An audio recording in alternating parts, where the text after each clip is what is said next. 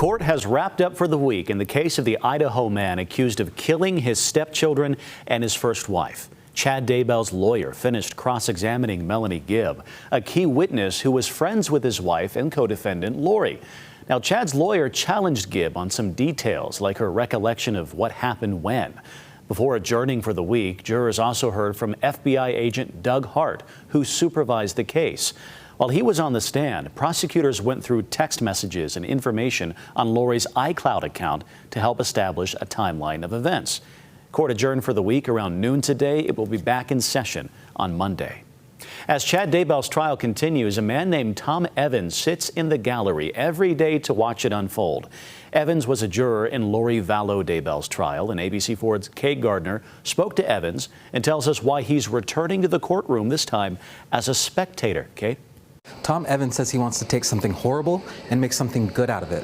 So he's writing a couple of books about both trials in hopes of raising money for children in need. Outside the Ada County Courthouse, Evans recounts his time as a juror during Lori Vallow Daybell's trial. Really heavy and dark and a lot of responsibility. He says for weeks after the trial, people told him he was different.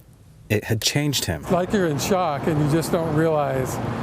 And at some point I did start to realize that, and that's as I was starting to heal, I guess. To continue healing, he decided to write a book. I really wanted to tell the story because, like I said, it started out being dark and everything about it was bad. By the time it was over, I was so proud of everything. He says Lori Vallow Daybell being found guilty of the murders of her 2 young children is an example of the justice system at its best. So I thought that even though I'm not an author, I thought I'm going to tell this story, and I'm going to donate the money that I make on it to something that's going to help children.